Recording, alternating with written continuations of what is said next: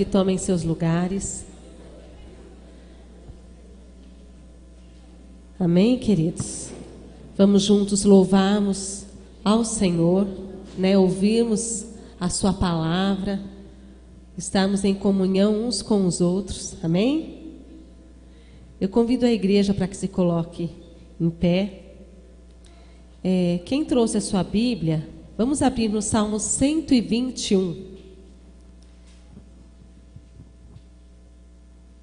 É um salmo muito importante, né, para nós que vivemos em lutas constantes, temos inimigos, né, o inimigo das nossas almas, mas sabemos que o Senhor é o nosso socorro. Amém? Todos acharam? 121. Amém? Eu vou fazer a leitura, porque a minha versão acho que está mais atualizada, não sei se está igual a de vocês, tá? Mas vocês vão acompanhando. Salmo 121. Olho para os montes e pergunto: de onde virá o meu socorro?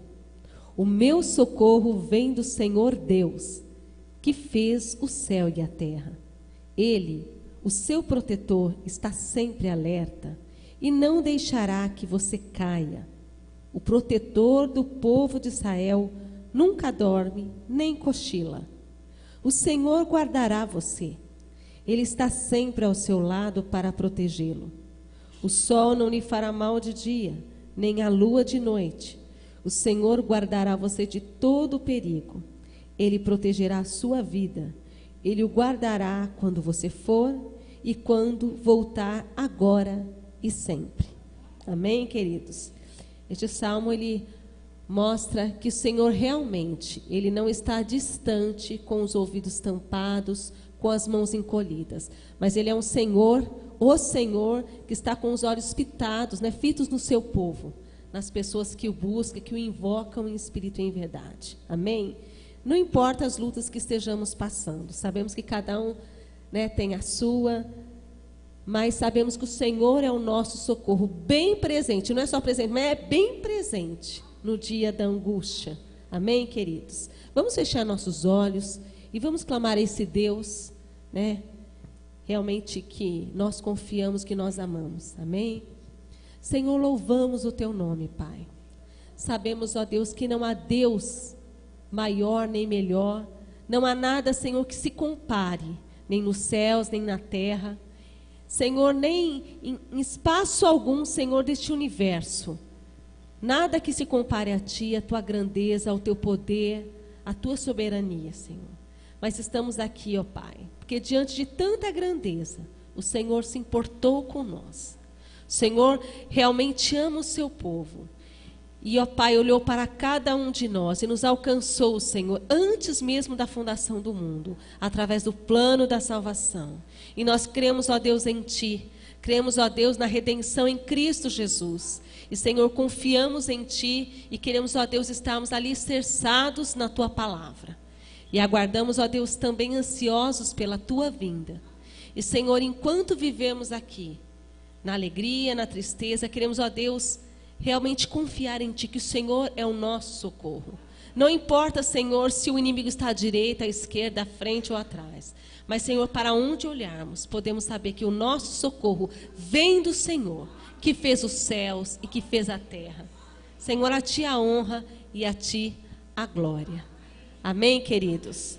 Estaremos louvando o Senhor com um cântico que fala realmente isso, que Ele vem para te salvar. Né? Se você às vezes tem medo, quantas vezes ficamos com medo, aflitos, angustiados, né? Dependendo, vamos colocar aí a luta, né? Nós temos os nossos sentimentos e o Senhor nos conhece muito bem, mas que possamos, através da sua palavra, sermos fortalecidos. Amém? Confiarmos no Senhor. Amém? Ele vem para te salvar.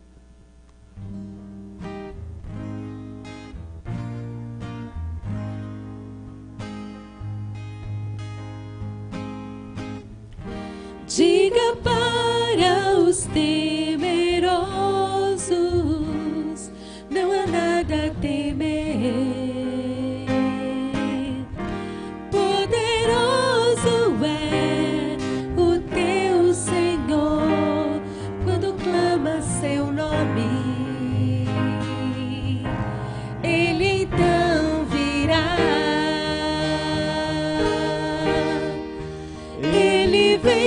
te salvar.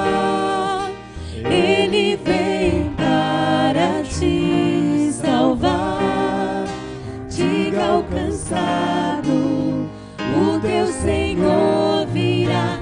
Ele vem para te salvar. Ele vem para te salvar. Ele vem para te salvar. Contemplar o Senhor e te levantarás. Ele vem para te salvar. Diga para os abatidos, não percam a fé. Diga para os abatidos, não percam a fé.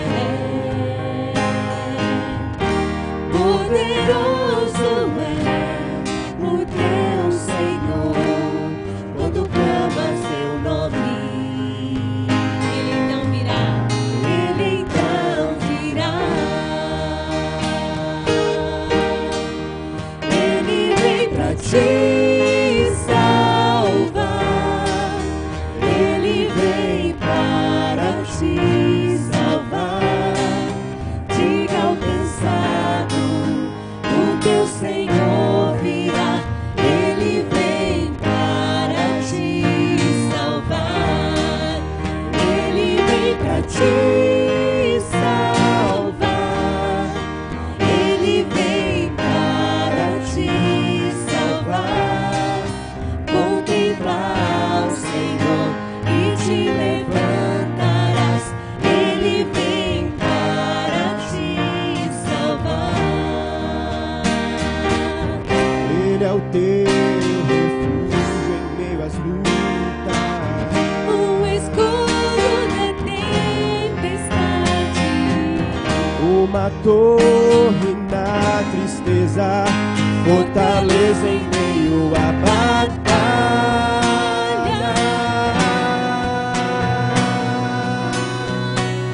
Ele vem pra te salvar. Ele vem para te salvar. Diga ao cansado, o teu Senhor virá. Ele vem para te salvar. Ele vem para te salvar. Ele vem para te salvar. Contemplar o Senhor e te levantarás. Ele vem para te salvar. Contemplar o Senhor E te levantarás. Ele vem para te salvar. Aleluia, Senhor. Senhor, somos gratos a Ti, Pai, por tão grande amor, por tão grande graça. Sabemos, ó Deus, que o Senhor já nos salvou, que o Senhor já nos redimiu, nos justificou, Pai. Em Cristo, ó Deus, somos lavados e temos os nossos pecados perdoados, Senhor. Mas a cada dia o Senhor vem nos salvar de nós mesmos, dos nossos pecados, Senhor, das nossas lutas, nos salvar do inimigo das nossas almas, Pai. Senhor, muito obrigada, porque, Senhor, o Senhor ama cada um, individualmente, cada um, Senhor, que o Senhor criou e conhece. Deus, muito obrigada. E, Pai, eu não sei a luta que o meu irmão passa, não sei a angústia que ele vive, mas o Senhor conhece cada detalhe. Por isso, ó Deus, colocamos as nossas vidas diante de Ti. Realmente porque confiamos que o Senhor vem nos salvar a todo instante. Que possamos crescer, que possamos aprender a confiar em Ti, Senhor, a cada dia das nossas vidas, Pai. E que o nome de Jesus seja glorificado. Amém. Aleluia. Amém, querido? Você crê que o Senhor te salva todo dia? Amém. Todo dia o Senhor nos salva, né? De nós, do outro, do inimigo, o Senhor sempre nos salva. Que possamos realmente aprender a viver na dependência do Senhor. Amém?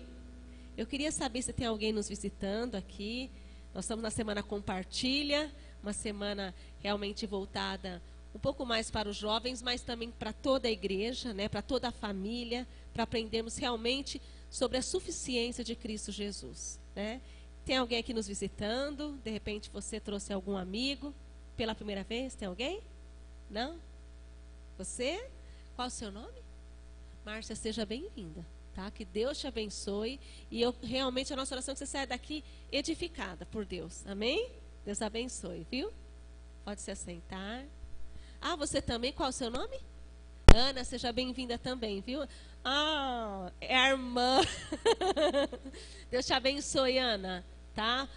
Venha hoje e sempre. É a casa do Senhor, é a nossa casa. Amém, queridos? Deus abençoe a todos. Passo a palavra agora pro Fabinho, que trará a palavra do Senhor. Amém, queridos?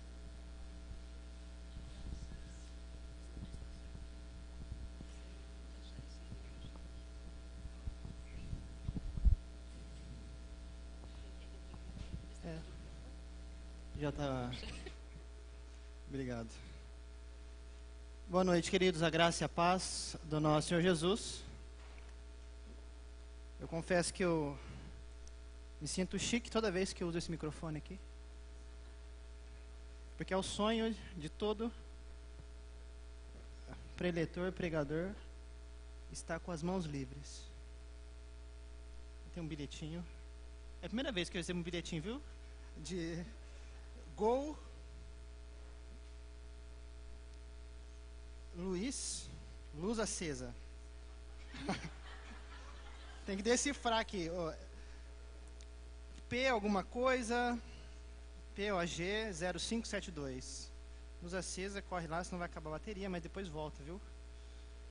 Fazendo favor. Tudo bem, irmão? Graça e paz. Vejo que és profeta. Eu quero compartilhar com vocês a partir do tema que me foi sugerido. O tema é: se Cristo, uma pergunta, se Cristo é suficiente para o cristão, por que o mundo o atrai tanto? Se Cristo é suficiente para o cristão, por que o mundo o atrai tanto? Tema difícil. Difícil porque quando a gente ouve de bate-pronto, a gente já imagina que vem uma cajadada, não é? Naquela ideia de que vamos falar então contra os crentes que não estão seguindo a Cristo de maneira correta. É claro que a palavra vai ter um tom exortativo, mas eu quero me colocar já como uma pessoa que também está nesse conflito, nessa luta entre Cristo e mundo. E para responder essas perguntas, eu elenquei algumas respostas aqui. Eu imaginei se eu pudesse estar conversando com os autores bíblicos, ou diante dos livros bíblicos, e fizesse essa pergunta para alguns deles, quais seriam as respostas? Se Cristo é suficiente para o cristão, por que o mundo atrai tanto? Deuteronômio me responderia assim: porque não cumprimos a vontade de Deus expressa através das suas leis. Samuel, Reis e Crônicas: por causa da nossa prostituição moral e espiritual. Juízes: porque cada um faz o que bem entende. Profetas maiores e menores: porque nós desconhecemos a santidade e a justiça de Deus. Eclesiastes e Provérbios: porque nos falta sabedoria e temor a Deus. Cantares, ou Cântico dos Cânticos: porque nós desprezamos o poder do verdadeiro amor. Salmos: porque nos falta louvor e adoração sinceros a Deus. Se Cristo é suficiente para o cristão, por que o mundo atrai tanto? Paulo responderia: porque é um conflito mortal entre carne, natureza humana corrupta, e espírito. Os evangelhos: porque temos sido discípulos desobedientes, ou nem sequer discípulos de Jesus. Mateus 4, Lucas 4, onde fala sobre a tentação de Jesus, a resposta seria porque nós não conseguimos resistir às tentações no dia a dia. Atos e Lucas, porque a igreja não é motivada pelo poder do Espírito de Jesus. Judas e Apocalipse, porque estamos nos últimos dias, na era da apostasia, do engano, da mornidão.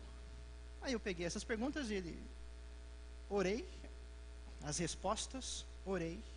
Falei, Deus, eu posso trazer tantas respostas aqui, o que eu vou levar para a igreja? Baseado na oração e na pergunta para alguns universitários, minha mãe, minha irmã e outras pessoas que eu conheço, eu achei mais interessante tratar sobre por que estamos nos últimos dias. Vivemos na era da apostasia. Apocalipse 3, versículo 20.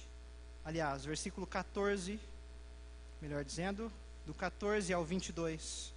Carta à igreja de Laodiceia.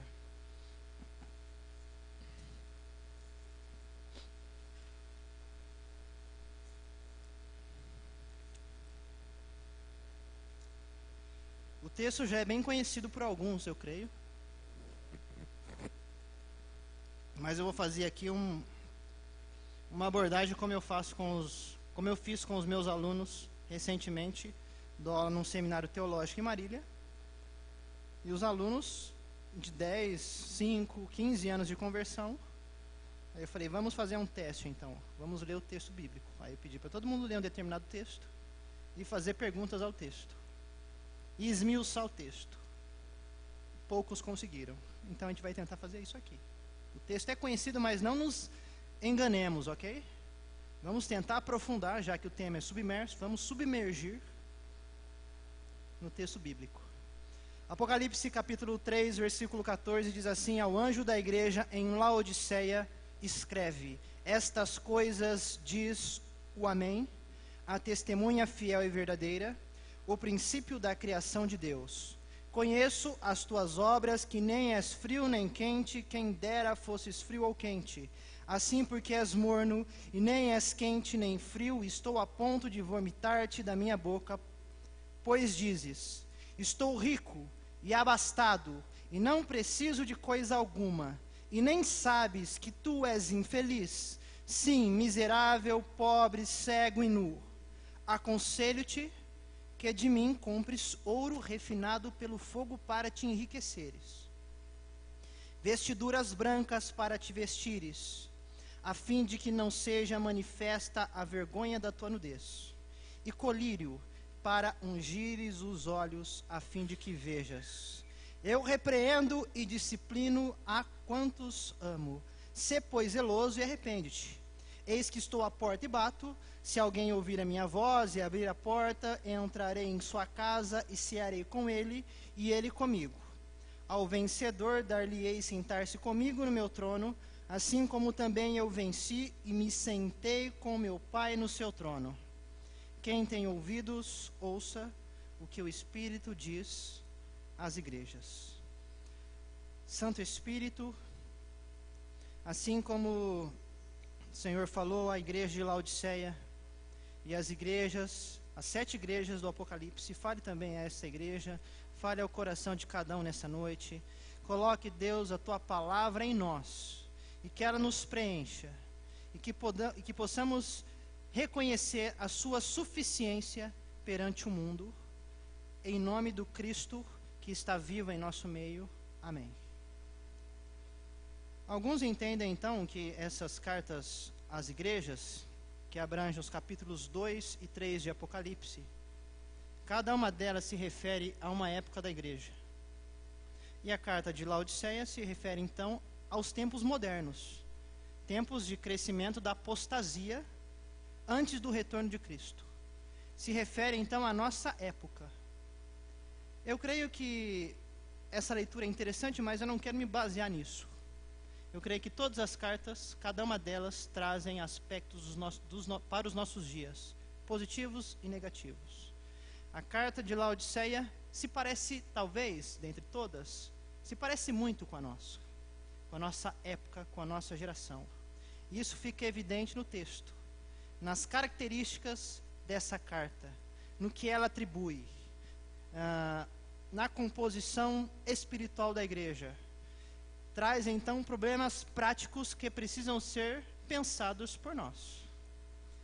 Todas as igrejas são igrejas que foram pastoreadas pelo apóstolo João, que recebe a revelação aqui no livro chamado Apocalipse. Ele está preso na ilha de Patmos, é final do século I, anos 90, 92, e ele então, preso por pregar o evangelho, recebe uma palavra do Senhor.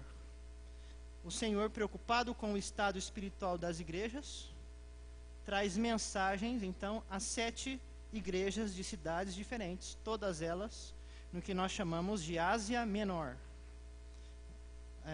no mundo antigo, né? Hoje é a região da Turquia. Essas igrejas viviam então num momento de perseguição.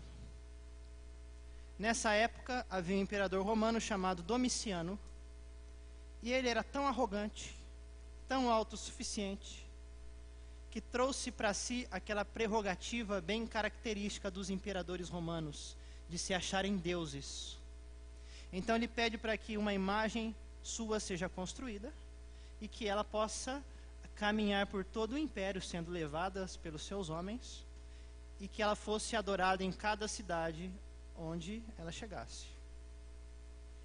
Essa é a imagem da besta em termos históricos para aquela época. Chegando nas cidades, algumas igrejas, para não perderem os seus privilégios perante o império, cediam e negociavam a sua fé cristã com a adoração à imagem, com a adoração ao sistema romano. Então, quem é o mundo aqui? O mundo, olhando para essa carta, é Roma. Roma que traz uma adoração, uma prestação de culto àquele que não é Deus. Roma que traz uma estrutura sem Deus. Roma que traz princípios de vida que afastam os cristãos da fé. E trazem esses princípios e tentam barganhar isso com aqueles que creem. Então, quem é o mundo aqui? É Roma. Na linguagem de Apocalipse 17, Roma é chamada de Babilônia. É uma linguagem figurada.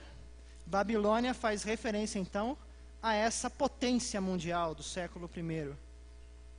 A grande meretriz, a grande prostituta, a grande cidade embriagada, versículo 6 do capítulo 17, com o sangue dos santos, por conta da perseguição cristã. Essa é a besta, essa é a potestade que as igrejas, lá no século I, têm que lidar. Este é o mundo onde eles estão inseridos.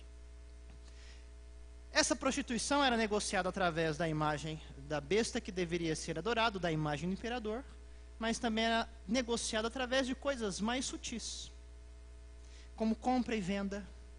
Se você não tem um acordo com o imperador, não tem acordo com o sistema romano, as pessoas perdem os seus privilégios. Os governadores, os prefeitos perdem os seus privilégios também.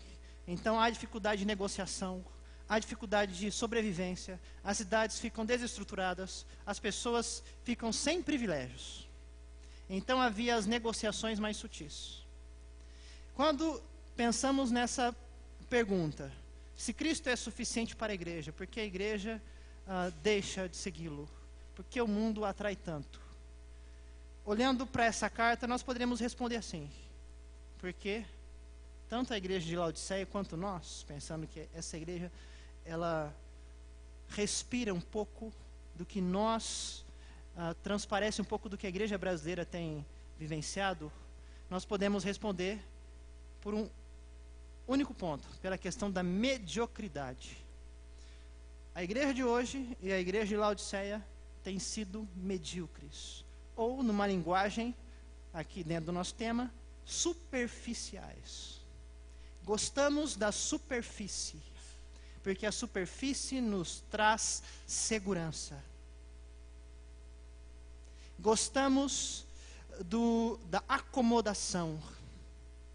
Gostamos então de uma fé que não nos incomoda.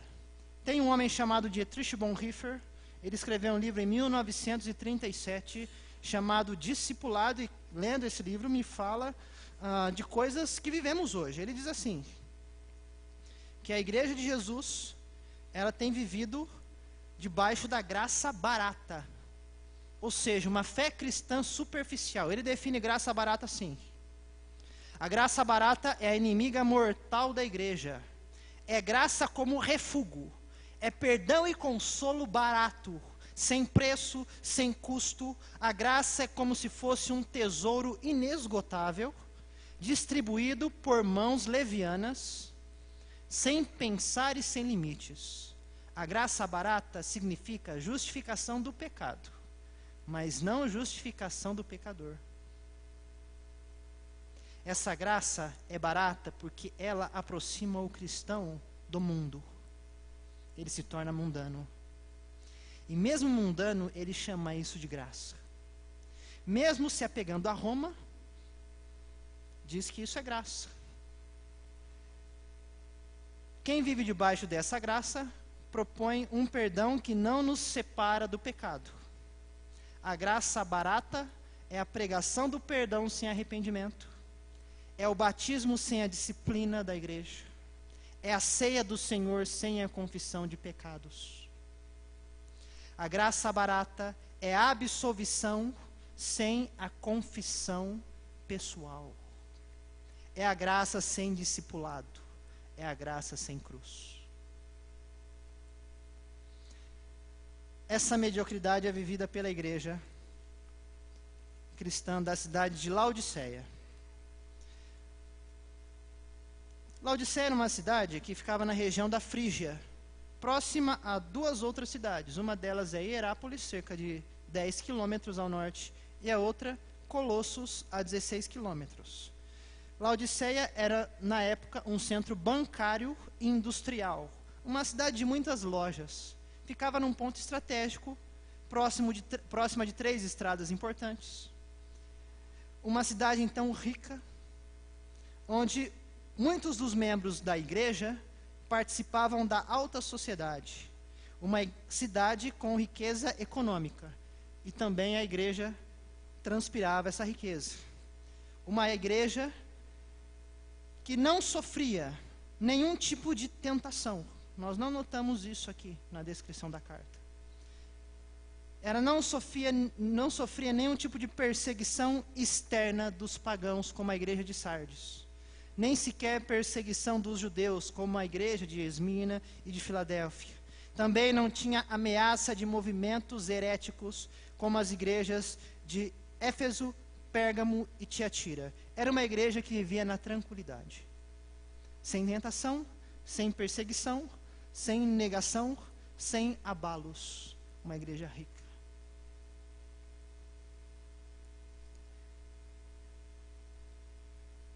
É diante dessa igreja rica que nós lemos no versículo 17 as palavras de Jesus sobre a autossuficiência dessa igreja. É uma igreja que dizia: estou rico e abastado e não preciso de coisa alguma. Ou seja, eu tenho prosperado e nada me falta. A riqueza então dos laodicenses os levava à autossuficiência. E essa autossuficiência é mortal para qualquer cristão.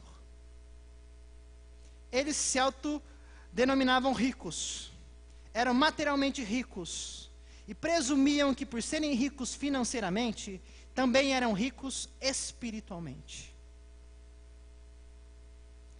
Diz a história que um homem chamado Hiero deixou como herança naquela época cerca de 2.000 talentos.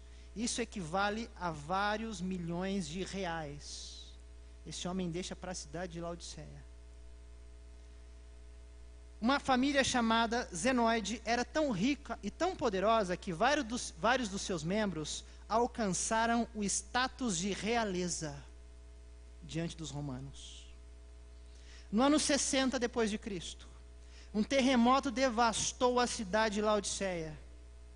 Mas os próprios habitantes a reconstruíram sem a ajuda de Roma. A cidade ficou muito mais grandiosa do que ela já era. Ganhou um ginásio, um estádio com uma pista semicircular de 270 metros de extensão, um portão triplo com torres, vários prédios belos, isso sem o apoio da capital romana. Então, estes cristãos e esta cidade, que era independente de Roma, por serem ricos, também pensavam que eram independentes de Deus, por serem ricos, ou por se acharem ricos espiritualmente. Mas o negócio é muito sutil. Não é uma independência de Deus declarada. Há uma sutileza aqui, na apostasia. Esse orgulho, essa autossuficiência, contesta diretamente a graça divina. Mas nós temos aqui a figura do Jesus que traz uma voz de autoridade. E diz assim no versículo 15: eu conheço as tuas obras. Laodiceia, eu sei o que você tem nas mãos. Eu sei que tipo de riqueza você tem. Eu sei como tem sido o trabalho de vocês, o esforço de vocês. A voz que ecoa aqui no versículo 22 é a voz do Espírito de Jesus. Ouça o que o Espírito diz às igrejas. Jesus tem autoridade para lidar com a igreja. E ele dirige as suas palavras ao anjo da igreja de Laodiceia, no versículo 14. A condição real dessa igreja, versículos 15, 16 e 17.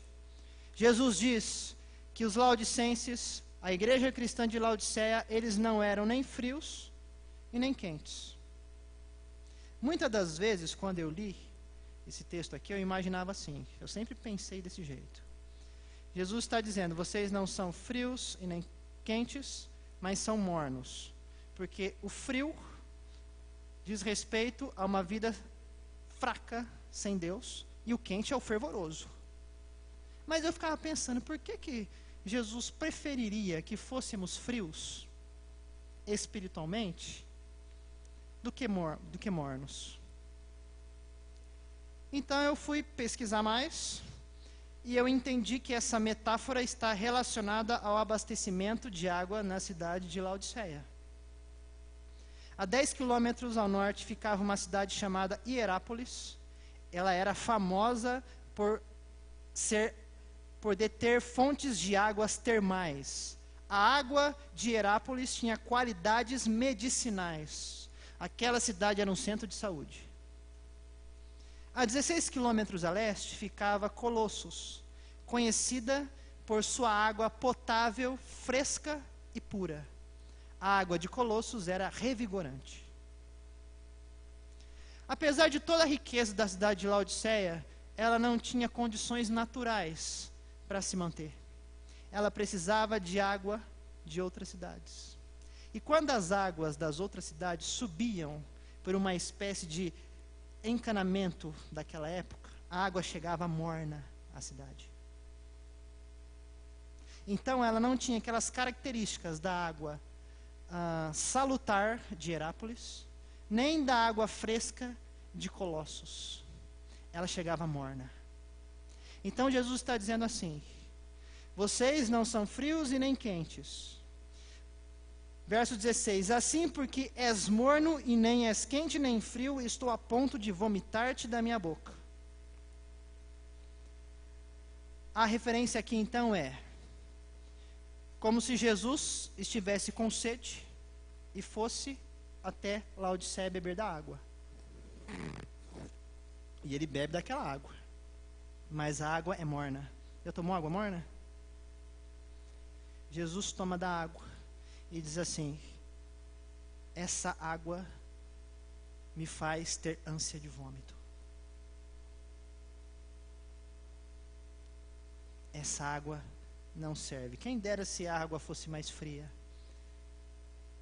Quem dera que se essa água fosse como Colossos ou Hierápolis, que são águas que dá para serem usadas para alguma coisa. A água de vocês não dá para ser usada para nada. As obras de vocês são materiais, mas são superficiais. Porque és morno e nem és quente nem frio, estou a ponto de vomitar-te da minha boca. As águas minerais eram cheias de sedimentos de carbonato de cálcio, e o efeito da tentativa de bebê-la seria então vomitá-la. É como se Jesus tivesse impactado com aquela água e dissesse assim: vocês não percebem que essa água está me fazendo adoecer? Isso me faz lembrar muito João capítulo 4, quando Jesus pede de beber água à mulher samaritana. Mulher, me dê de beber. E aqui Jesus está tomando da água de Laodiceia e diz: eu não suporto essa água. Em Tiago capítulo 3, versículos 11 e 12: pode a fonte jorrar do mesmo lugar o que é doce e o que é amargoso? Acaso, meus irmãos, pode a figueira produzir azeitonas, ou a videira figos? Tampouco fonte de água salgada pode dar água doce. Jesus questiona então a fonte, o coração da igreja. Jesus não está preocupado com o aparato. Jesus não está preocupado com a produção da igreja, nem com a nossa vida exterior.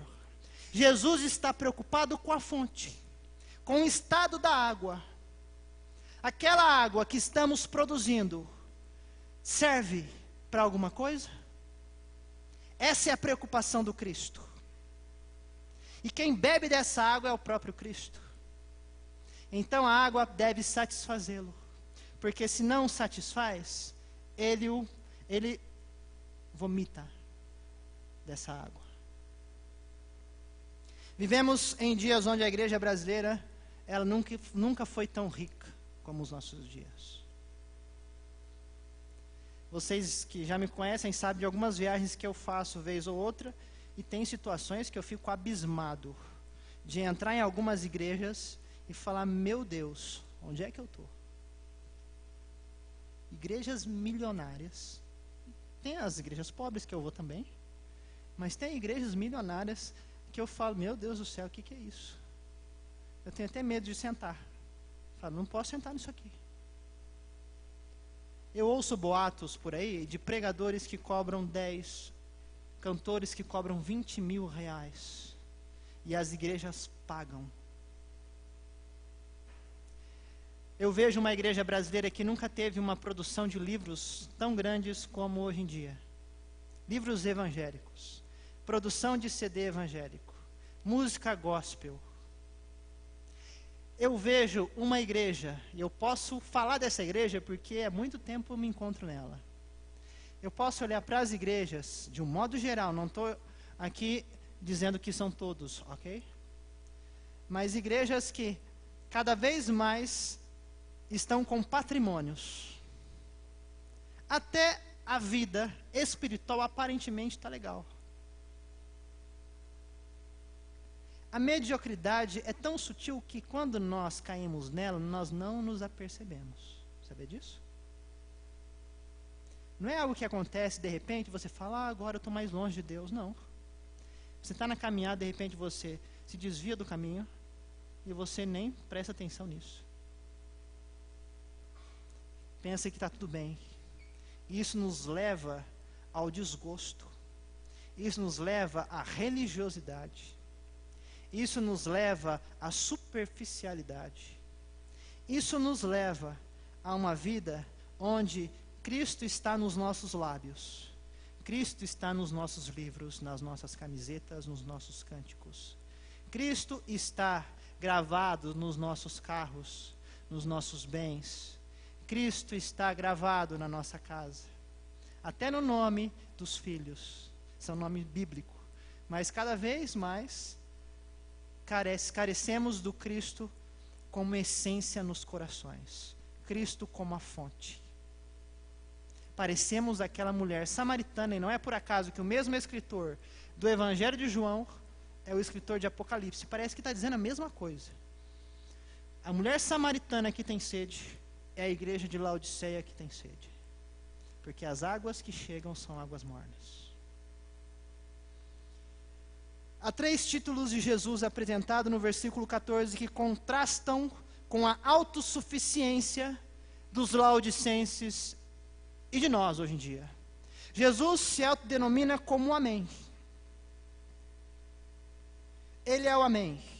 Isso talvez tenha base em Isaías 65, versículo 16, onde diz assim: de sorte que aquele que se abençoar na terra, pelo Deus que diz Amém, é que se abençoará. E aquele que jurar na terra, pelo Deus que diz Amém, ou pelo Deus da verdade, é que jurará.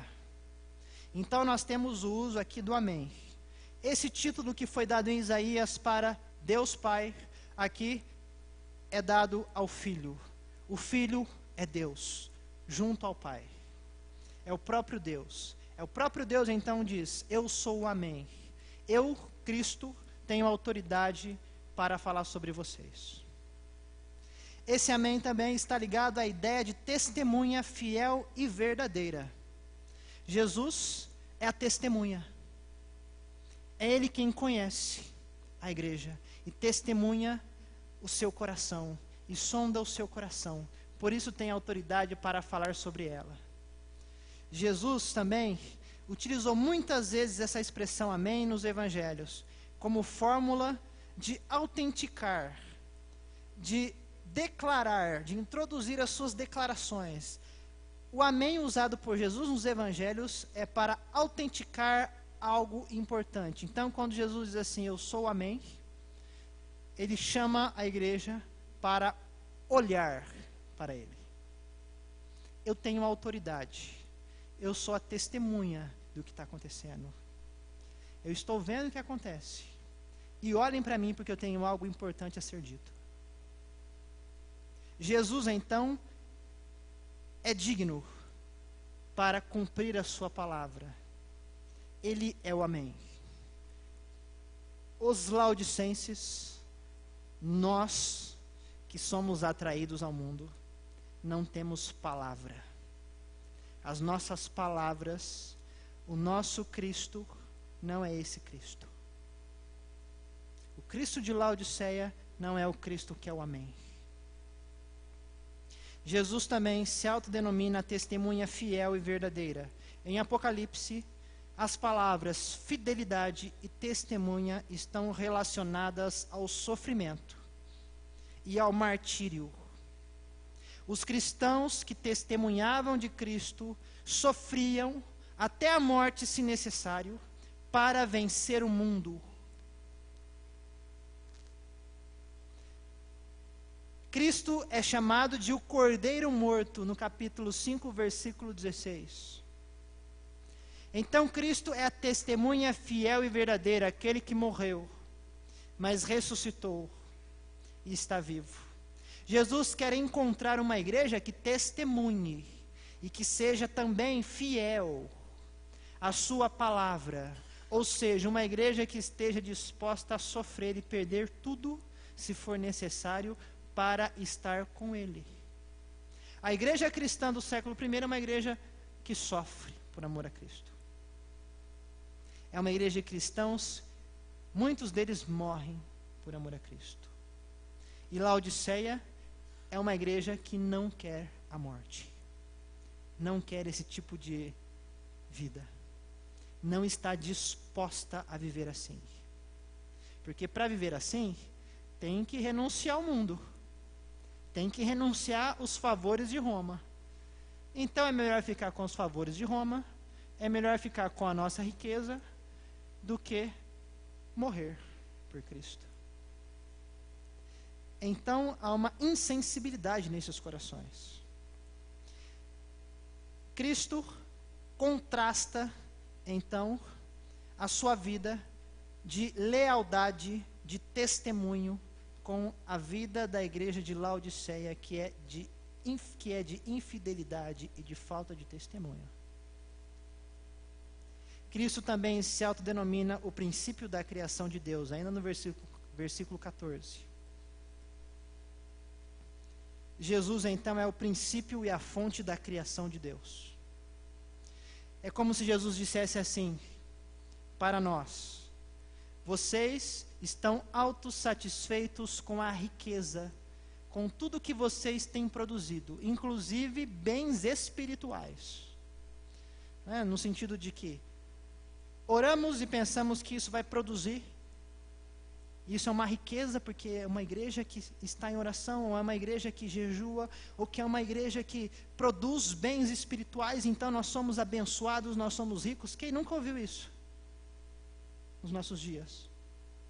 Não é? Jesus está dizendo assim: eu sou o princípio da criação, eu criei todas as coisas. Então, igreja, essa riqueza que você tem, você só tem porque eu estou disponibilizando ela para você. Eu criei o mundo, eu tiro a hora que eu quiser. Eu criei o mundo, eu criei o oceano, e você se gaba pelo dinheiro? Eu criei as galáxias e você se gaba por bens terrenos? É isso que Jesus diz à igreja: eu sou o princípio da criação. O mundo está nas minhas mãos. Então, Laodiceia, eu controlo a criação, eu sou a fonte da riqueza, eu dou poder a quem eu quero e tiro de quem eu quero. É eu quem fala contigo. Essa é a voz de autoridade de Jesus, denotada nos 3 títulos que vemos aqui. Jesus faz conselhos, 3 conselhos à igreja e aos cristãos que estão atraídos ao mundo. Versículo 18, Jesus diz assim: aconselho que de mim compres. Se Laodiceia é uma cidade comercial, Jesus ele usa aqui uma linguagem de comerciante. Eu peço que vocês comprem de mim. Mas aqui a linguagem de Jesus é irônica. Porque como que podemos comprar coisas espirituais? Não se compram as coisas espirituais. Tudo que nós vamos olhar aqui agora não são coisas que podemos comprar com dinheiro, mas Jesus diz assim: já que vocês têm um dinheiro, então tentem comprar isso. Vocês não vão conseguir. Vocês vão conseguir comprar de outro jeito, com o coração entregue a mim.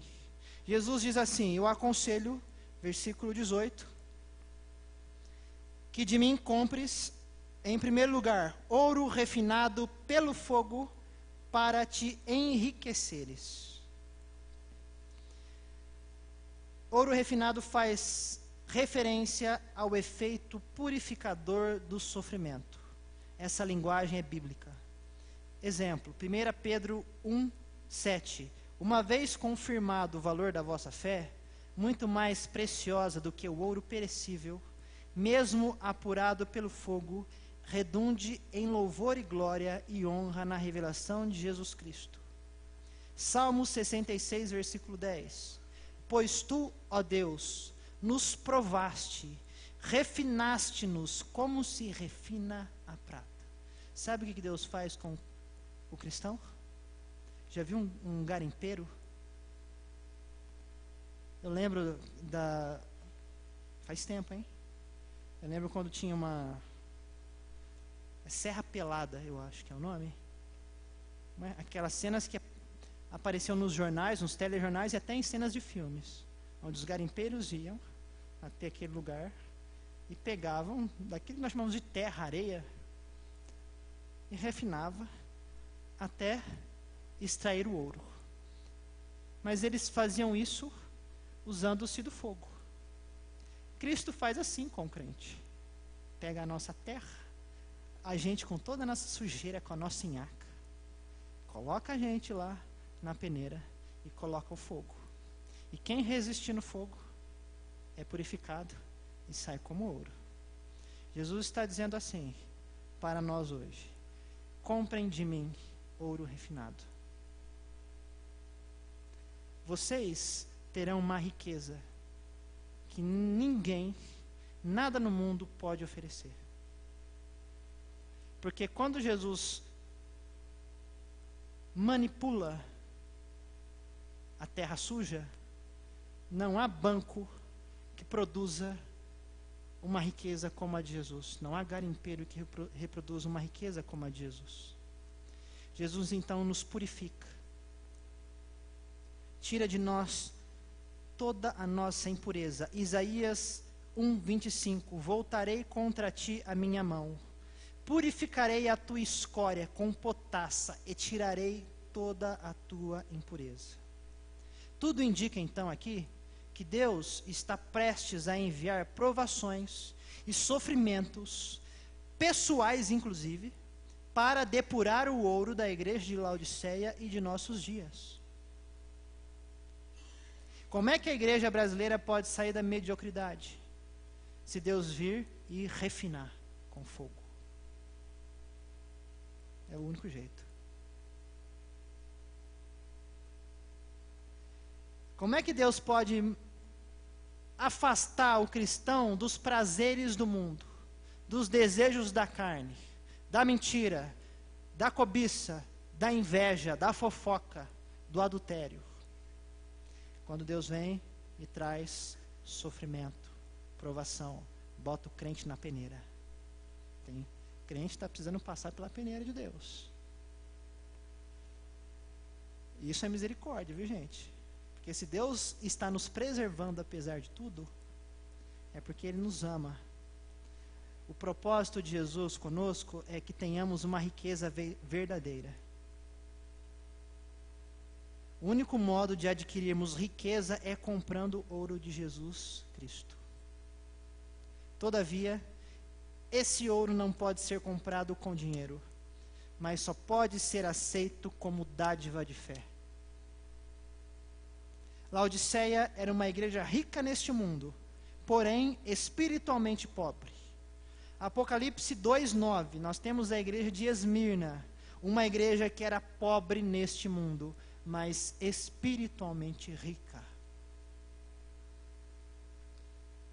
Segundo o conselho de Jesus, em segundo lugar, no versículo 18, Jesus diz assim: eu aconselho que de mim compres vestiduras brancas, para te vestires, a fim de que não seja manifesta a vergonha da tua nudez. A cidade de Laodiceia era famosa por sua lã preta brilhante.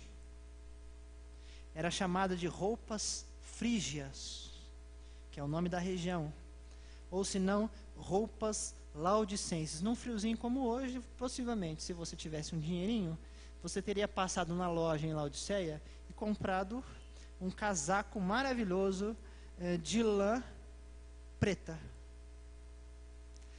Colossos tinha a lã púrpura, Hierápolis uma lã tingida, e Laodiceia a lã mais chique de todas, era preta. Jesus está dizendo assim: vocês produzem lã, mas diante de mim vocês estão nus. E essa linguagem da nudez, em todo o Antigo Testamento, é uma linguagem que traz vergonha. Porque quem está nu diante de Deus, é porque está vivendo no pecado. Quando Adão e Eva caem em si, que pecaram, estão nus diante de Deus e se sentem envergonhados. E há outros textos bíblicos que remetem a essa ideia de nudez, diante de Deus como vergonha.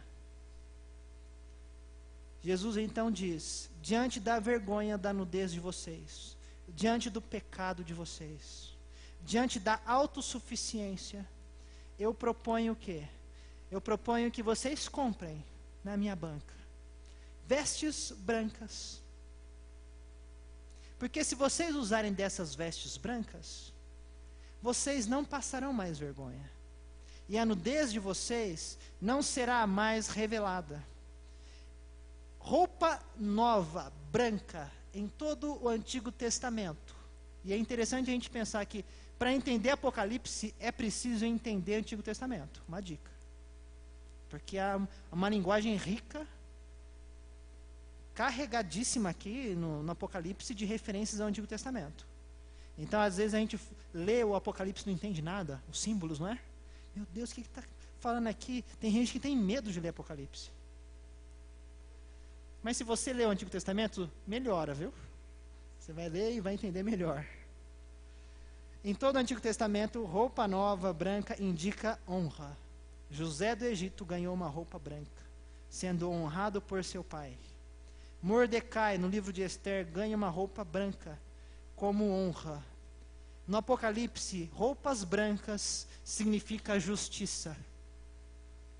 Justiça, ou, aliás, roupas que são lavadas no sangue do Cordeiro. A referência, então, aqui de comprem de mim roupas ou vestiduras brancas é: eu tenho uma roupa nova para honrar vocês e para trazer-lhes justiça, mas ela está comigo, então eu preciso que vocês venham aqui comprar de mim. O que Jesus está dizendo para aquela igreja autossuficiente?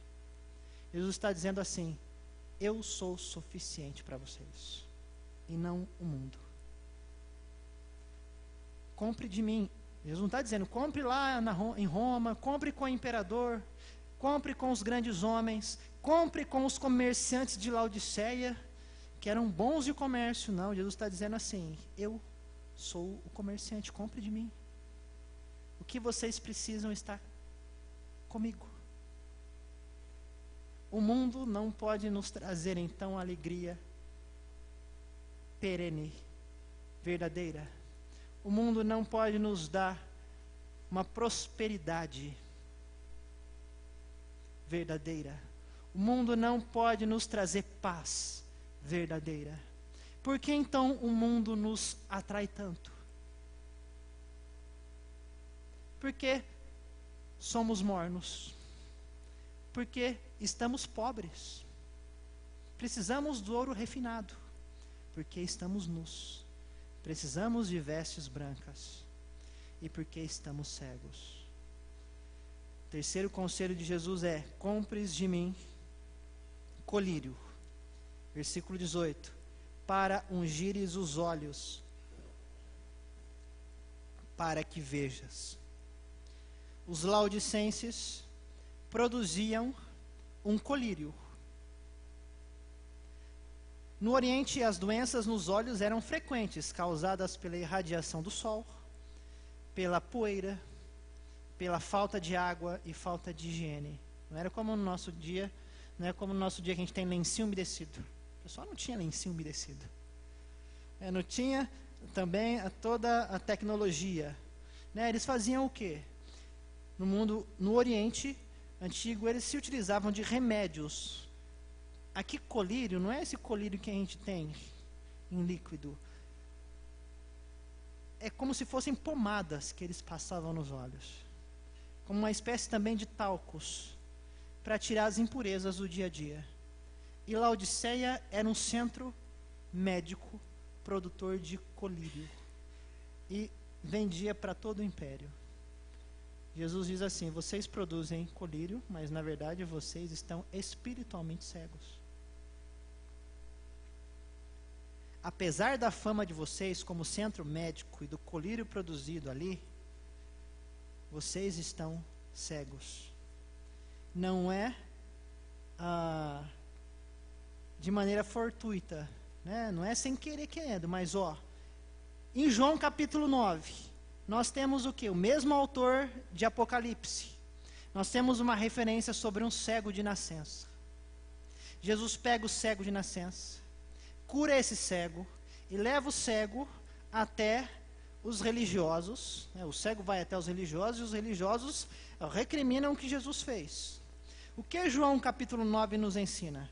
Faz um contraste entre o homem que nasceu cego e depois passou a enxergar, e os religiosos que pensavam que enxergavam, mas na verdade eram cegos. É a mesma ideia aqui em Apocalipse. Jesus diz assim: eu vim para este mundo para julgamento, a fim de que os que não veem vejam e os que veem se tornem cegos. João capítulo 9, 39. Cristo é o médico, é a fonte de cura para cristãos que estão olhando a vida com os olhos do mundo. Jesus, então, aqui ele nos ensina sobre a sua sobre a sua suficiência. Jesus, ele questiona a nossa autossuficiência, questiona o nosso orgulho, questiona as nossas obras. Questiona e faz-nos pensar sobre as nossas fontes, sobre o que nos motiva, sobre o que nos move, o que nos alimenta. Em nome de quem vivemos? Em nome de nós mesmos? Dos nossos sonhos? De pessoas à nossa volta? Ou vivemos em nome do Cristo ressurreto? O que está sobre as nossas mãos? São os bens espirituais que produzimos, as nossas riquezas materiais, todo o nosso capital? Ou sobre as nossas mãos estão apenas mãos que adoram o Senhor e que estão estendidas para ajudar aqueles que precisam? Tem gente que diz assim, né, que vê anjo dentro da igreja. Eu creio. Mas eu questiono, como é que essas pessoas veem anjos na igreja e não conseguem ver necessitados nas ruas? Como é que há pessoas que conseguem produzir e orar muito, muita produção na oração, mas para falar mal de alguém, fala com facilidade? O que acontece com a nossa igreja? Porque quando nós pensamos no fato do mundo nos atrair, geralmente vem aquela ideia, né? O mundo nos atrai com os seus prazeres. É claro que o mundo nos atrai com os seus prazeres carnais. Mas o mundo nos atrai com coisas mais sutis. Todo mundo sabe que existem os prazeres carnais. Mas as coisas sutis que o mundo nos traz, isso passa desapercebido. Não é verdade? Esse que deve ser o nosso cuidado. Tem um texto do C.S. Lewis que ele diz assim, ele está falando sobre vida cristã, e ele fala que a estratégia do diabo é essa. O diabo, ele nos ensina, ele diz através do mundo assim, para a gente deixar de comer, deixar de dormir, dorme pouco, come o que der, o importante é trabalhar, né? Se der, você conversa com a sua esposa, conversa com o seu marido, com seus filhos. Se der, faz amizades. O importante mesmo é o quê? É orar. Ore bastante. O importante mesmo é produzir bens espirituais. É ter uma fé grandiosa. As outras coisas são mundanas. Não olhe para essas coisas não. Né? Tem uma vida espiritual grandiosa. Essas coisas são coisas do mundo, vão ficar para trás. E o Lewis tem uma sacada sensacional quando ele faz nos perceber que o diabo faz isso mesmo. Quando ele nos leva a uma espiritualidade vazia, perdemos filhos, pais, mães, o sono. Quem não dorme direito não ora direito. Perde uma boa vida, aproveitando a criação de Deus. Tomando ar fresco. Não preciso tomar ar fresco, eu só preciso trabalhar, ficar no meu escritório e trabalhar. Não preciso de ar fresco, aí você fica lá dentro, produz, tem mais dinheiro na conta. E você não reconhece Deus na criação. Aí você trabalha, produz, trabalha na oração superficial. Estou dizendo de coisas superficiais aqui, tá bom? Na oração de maneira superficial, faz muito. É uma graça do Bonhoeffer, que é a graça barata, faz demais e se esquece que Cristo fez por nós, né? Então a gente faz muito e se esquece dos filhos, e se esquece do abraço amigo, e nos esquecemos dos necessitados. É a superficialidade, é a vida medíocre, nos afastamos. Mas Jesus nos propõe uma nova vida cristã. Isso está no versículo 19 e 20. Eu repreendo e disciplino a quantos amo. Temos aqui então Jesus que repreende, que reprova mas também reprova apontando a solução para o problema. Jesus disciplina, ou seja, corrige, no sentido de treinar e orientar o indivíduo e a igreja. Repreende e disciplina quem? A todos quanto amo. Apesar disso tudo, Jesus nos ama. Isso é fantástico. Jesus amava aquela igreja de Laodiceia. Essa igreja, muitos falam que é uma igreja desviada, que não tinha Deus. Claro que Deus se importava com essa igreja. Jesus diz: eu repreendo e disciplino vocês, porque eu amo vocês. Então, nós temos aqui um amor compassivo de Deus, mas é um amor como se fosse de pai para com o seu filho, ou de mãe para com o seu filho. É um amor que exige disciplina. Jesus então repreende. Aqueles que falham na caminhada são conduzidos por um amor divino disciplinador. O amor divino então é demonstrado para essa igreja considerada derrotada. Jesus disciplina, exorta, chama na chincha, como alguns gostam de dizer. E Jesus propõe algumas reações, pelo menos duas. Jesus diz assim: sê zeloso e arrepende-te. Ou seja, se empenhe, ser zeloso se empenhe em acertar com Deus. Então busque uma oração saudável, busque mais meditar na palavra, busque cuidar da vida, busque cuidar dos seus, busque cuidar da fé. Tenha zelo, saia dessa espiritualidade morna. E se você fizer isso, esse zelo resultará em arrependimento. É interessante que a palavra ser zeloso aparece antes de arrependimento. Nos parece então aqui que se você se esmera em buscar a Deus, em sair do lamaçal, em se afastar do mundo, uma hora Deus vai produzir o arrependimento no seu coração. Uma hora o Espírito Santo vai te tocar. E você vai ser extraído dali, para os braços daquele que ama, daquele que cuida da igreja, daquele que cuida do cristão. E Jesus também nos propõe uma outra reação. Jesus nos convida à comunhão. Eis que estou à porta e bato. Se alguém ouvir a minha voz e abrir a porta, entrarei em sua casa e cearei com ele e ele comigo. Texto muito usado para evangelizar. Mas nesse contexto, na nossa leitura, percebemos que Jesus usa esse texto aqui para falar a uma igreja que o deixou do lado de fora. Jesus então está do lado de fora, diante da porta. Jesus é o visitante amado que está buscando ser recebido na casa daquele que se desviou, que o deixou de lado, que está atraído pelo mundo. Jesus vem de maneira mansa e bate na porta. Jesus é o visitante. Ele está esperando que a porta seja aberta. Eu desafio você a encontrar uma imagem mais bonita do que essa aqui. Em toda a Bíblia, essa imagem, para mim, ela mexe muito com o Cristo que está batendo na porta. E ainda mais se a gente lembrar de algo que aconteceu em Laodiceia. A história diz assim que no ano 85, antes de Cristo,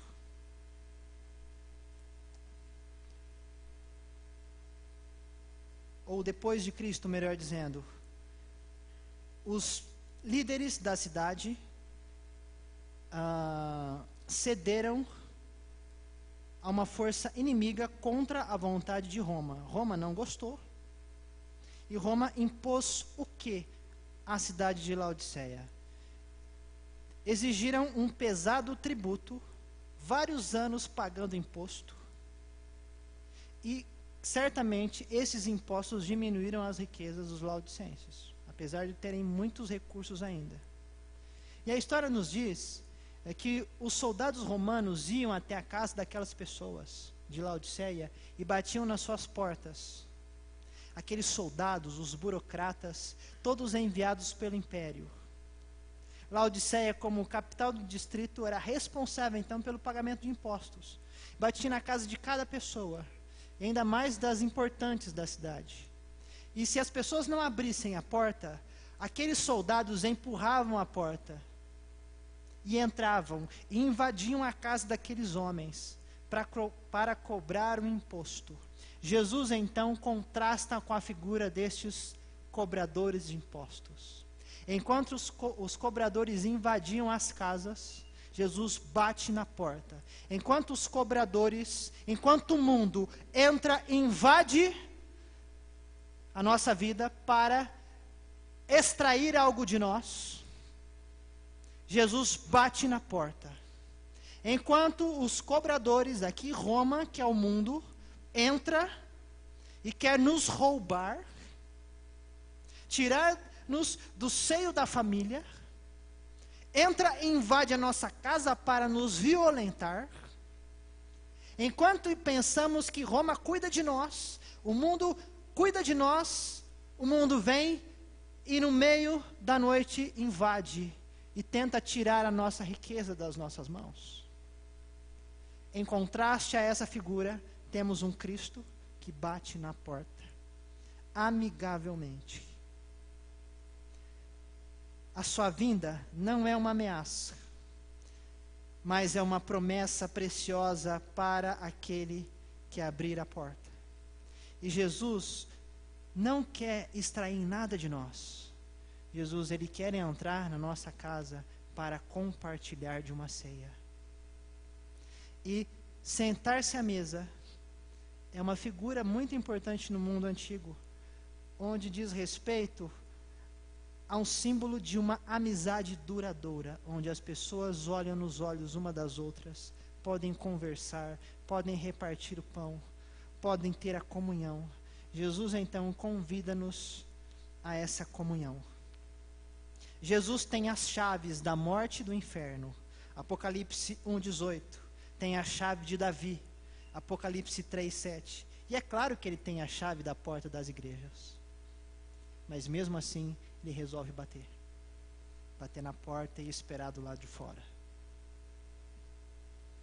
A palavra de hoje é uma palavra para pessoas e para uma época onde somos derrotados pelo mundo. O mundo tem nos aprisionado cada vez mais. E isso é tão sutil que pouco percebemos. Estamos cada vez mais mornos. As nossas orações não são mais orações sinceras como antigamente. Podem ser até mais longas. Mas será que são sinceras? A nossa vida com Deus e a nossa vida de igreja está calcada em títulos, em posições, e não no sofrimento que a vida cristã exige. A nossa vida com Deus está mascarada, escondendo quem nós somos, escondendo a nossa nudez. Jesus nos chama aqui para que saiamos da posição de derrotados pelo mundo. Jesus nos convoca à vitória. Quem disse que eu não prego mensagem de vitória, gente? Está vendo? É uma mensagem de vitória isso aqui. Porque a palavra diz aqui, versículo 21, ao vencedor, dar-lhe-ei sentar-se comigo no meu trono, assim como também eu venci e me sentei com meu Pai no seu trono. A mensagem de Jesus à igreja é uma mensagem de vitória. Aquele que abrir a porta, ser zeloso, se arrepender, sentar-se à mesa com o amado, será vencedor. Irá vencer Roma, irá vencer o mundo. Receberá então a purificação. Será como um ouro refinado, receberá vestes brancas e receberá então um colírio para enxergar a vida espiritual na sua profundidade. A mensagem aqui é de vitória. Vitória para aqueles que deixam Cristo entrar nas suas casas e refazerem as suas vidas. A mensagem aqui é a mensagem do Cordeiro que foi morto e hoje vive, para uma igreja que se cansou da estrutura religiosa, para crentes que se cansaram da rotina, mas que querem um contato direto com o Cordeiro, que querem uma profundidade de vida com o Cordeiro, e o Cordeiro está à porta e nos chama pelo nome e quer entrar. Essa mensagem é uma mensagem de vitória, e aqueles que recebem Cristo, estes receberão um prêmio, se sentarão com Cristo no trono. Cristo chama e fala assim, ó, tem um cantinho aqui para você, no meu trono. Igreja, filho, filha, o meu trono é o seu trono, o meu reino é o seu reino, a minha riqueza é a tua riqueza, eu comprei a preço de cruz, a preço de sangue. Essa é a graça cara, é a graça que tem custo, é a graça que tem cruz, é a graça que exige discipulado, é a graça que exige entrega, é a graça que exige renovar das fontes do coração. Essa é a graça que exige comunhão com Cristo vivo. Essa é a graça que deve nos mover e nos atrair todos os dias, porque Cristo é o suficiente, que entra e nos chama ao banquete da vitória. Que Deus nos abençoe. Senhor Jesus, muito obrigado pela tua palavra. Que o teu Santo Espírito possa continuar falando aos ouvidos dos teus discípulos e da tua igreja. Que o teu Santo Espírito possa abrir os nossos ouvidos e que sejamos mais atentos às tuas batidas na porta da nossa vida. Coloca sobre nós do teu manto branco. Coloca sobre nós do teu fogo santo. Coloca sobre nós do teu colírio que nos faz enxergar além. Coloca sobre nós mais zelo, mais arrependimento, mais comunhão. Coloca sobre nós da tua mão, a mão do amém, daquele que é testemunha fiel e verdadeira, porque testemunha a preço de cruz, e daquele que é dono de todas as coisas, inclusive de nós mesmos. Toma conta de nós, e que o Senhor seja suficiente para a vida de cada um aqui. Nos afaste de Roma, nos afaste do mundo e nos coloque aos teus pés. Amém.